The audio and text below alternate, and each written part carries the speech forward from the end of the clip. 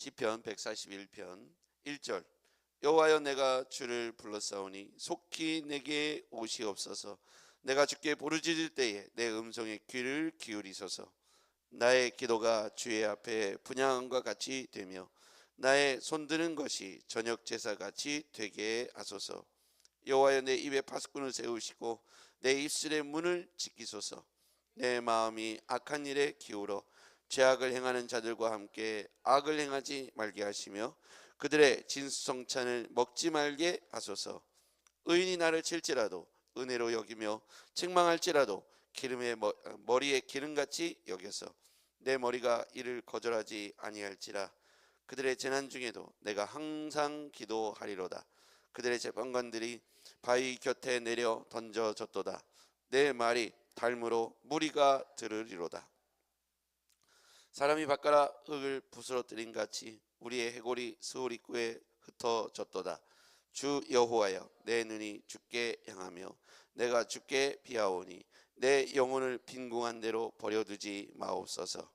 나를 지키사 그들이 나를 잡으려고 놓은 올무와 악을 행하는 자들의 함정에서 벗어나게 하옵소서. 악인은 자기 그물에 걸리게 하시고 나만은 온전히 면하게 하소서. 아멘.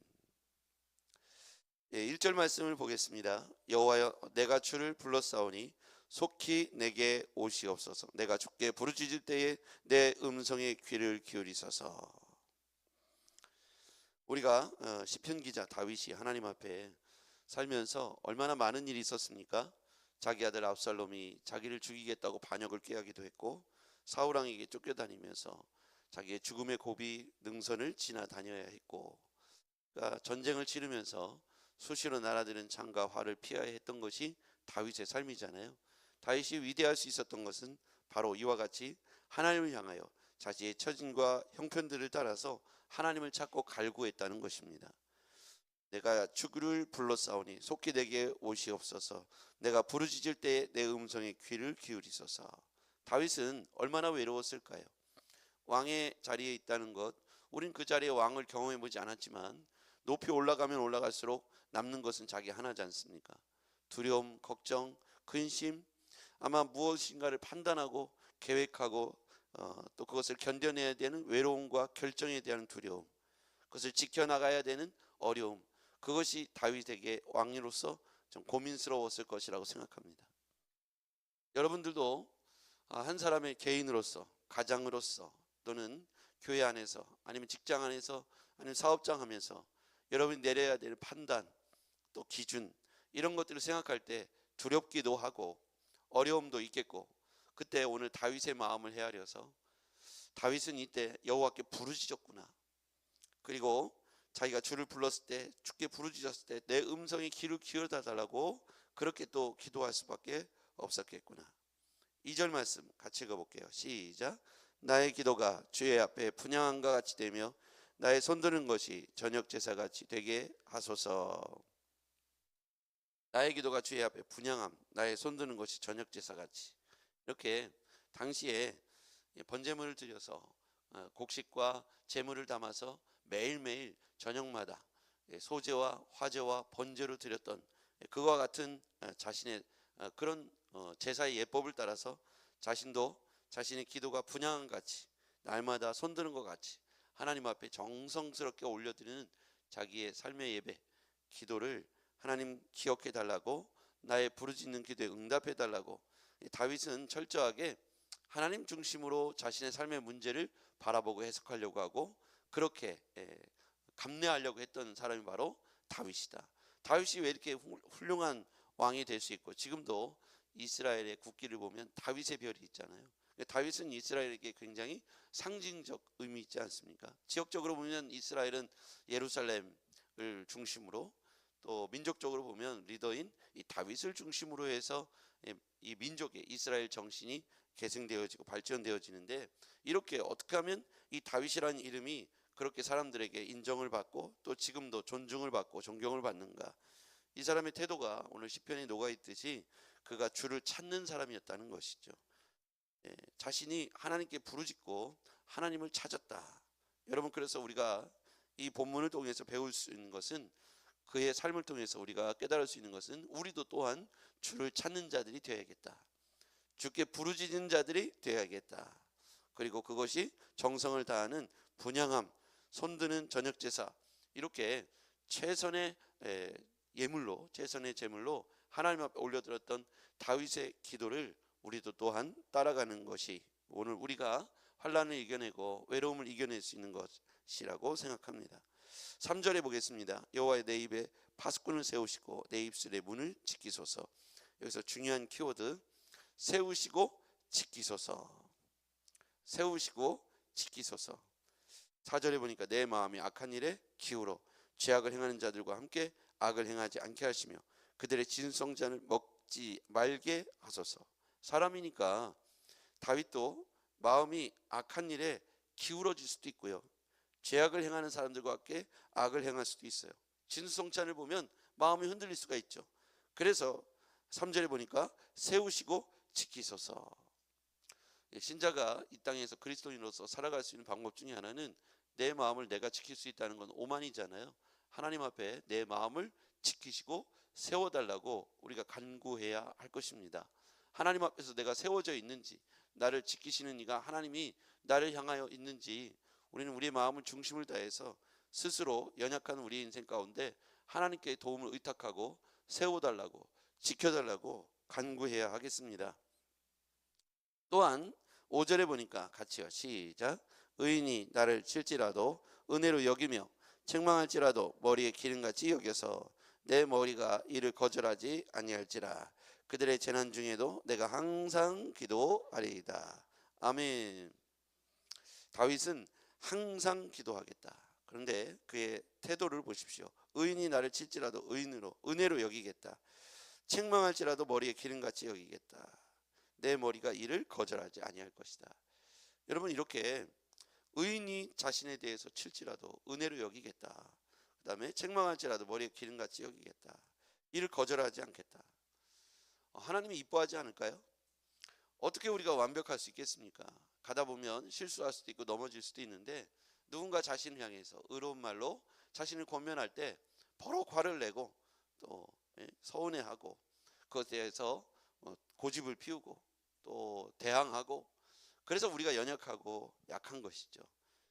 은혜로 여기겠다. 그리고 머리에 기름같이 여기겠다. 이렇게 되면 누가 살아나겠습니까? 의인에게 책망, 의인에게 또 의인이 이렇게 가르치는 것들을 은혜로 여기고 머리에 기름같이 여기고 내가 거절하지 않겠다. 그 사람은 성장할 수밖에 없고 견고하고 멋진 인생이 될 수밖에 없는 것이죠. 이것을 우리는 성숙하다 이렇게 표현할 수 있겠습니다. 성숙한 신자는 자신을 향해서 하는 말이 옳은지 그른지를 말씀 안에서 분별하고, 그것이 내게 양약이 되고 옳은 말이면 은혜로 여기고, 그렇죠? 머리에 기름같이 여기며 거절하지 않기를 바랍니다. 그러면 얼마나 성숙해질까요? 대부분은 어떻게 합니까?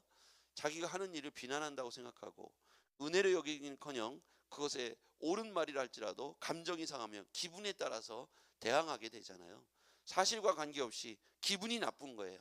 그러니까 왜 나를 지지하지 않고 칭찬하지 않고 격려하지 않고 이렇게 비난하는가? 의인의 말, 그러니까 의인의 말이니까 얼마나 옳은 말이겠습니까? 그렇죠? 내 인생에 양약이 되고 나를 성숙시킬 수 있는 좋은 권면이고 좋은 책망인데, 그걸 은혜로 여기는 게 참 보배로운 것 같아요. 그것은 겸손하고 성숙해야만 가능한 것 같습니다. 오늘 우리가 다윗이 이와 같이 표현하고 있어요. 다윗이야말로 전권을 휘둘러서 군권을 갖고 있으니까, 또 강력한 군대를 가지고 있고 전쟁에서 능한 사람이 다윗 아닙니까?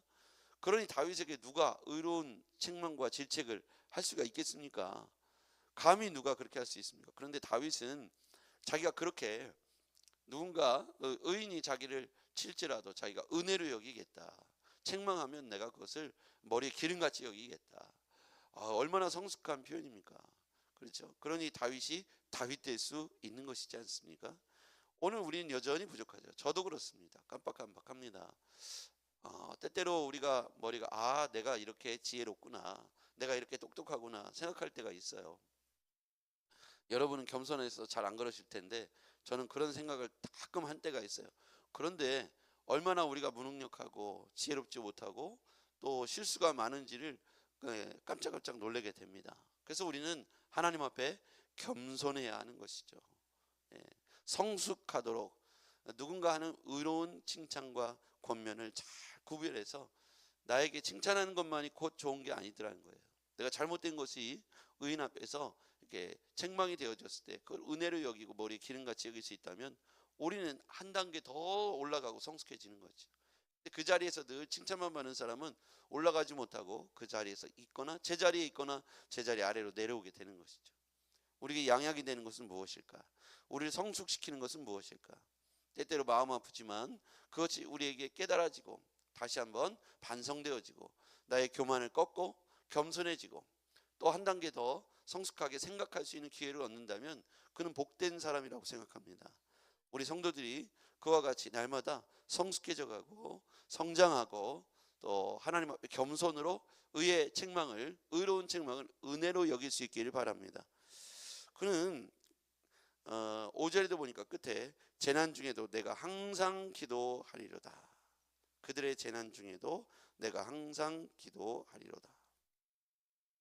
그 책망하고 나를 치고 이렇게 권면하는 사람들을 향해서 그들의 재난 중에도 내가 항상 기도하리로다.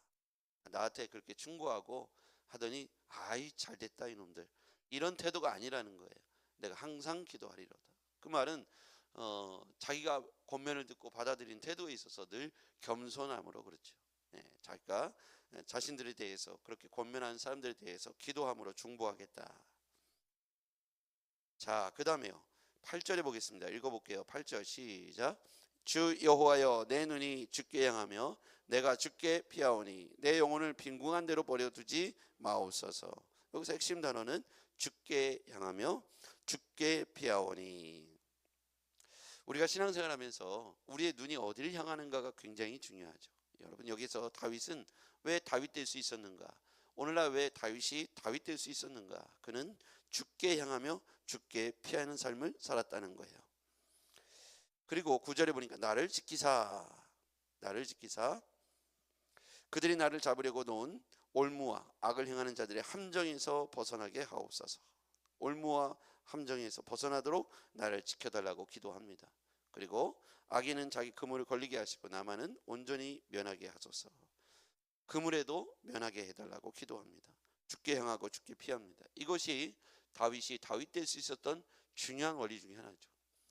우리가 어려운 일을 만났을 때 사람을 찾아가고 세상의 어떤 권력자들을 찾아가면 그는 잠시는 성공하는 것 같고 피하는 것 같지만 인생에 길게 놓게 보면 그 순간이 하나님을 경험할 수 있는 중요한 포인트를 놓치게 되는 것이죠. 고난의 자리에서 고난의 비를 맞을 때 우리는 하나님을 경험하게 될 겁니다. 어두운 터널을 지나갈 때 인생의 중요한 하나님을 경험하게 될 겁니다.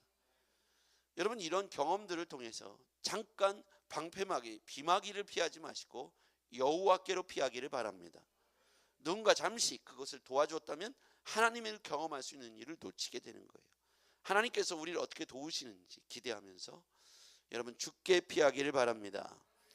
눈이요 주를 향해야 돼요. 사람 보지 말고 주를 바라보세요. 하나님께서 길을 여실 겁니다. 하나님은 길을 만드시는 분이세요. 사막에도 길을 내시고 아무것도 없는 광야에도 그분만의 길을 내시는 분이 하나님이십니다. 하나님은 이스라엘 백성들을 광야를 통과하고 홍해를 건너고 모든 순간순간 40년을 길을 내시고 앞길을 인도해 주셨습니다. 구름 기둥과 불 기둥이 길의 안내자가 되었어요.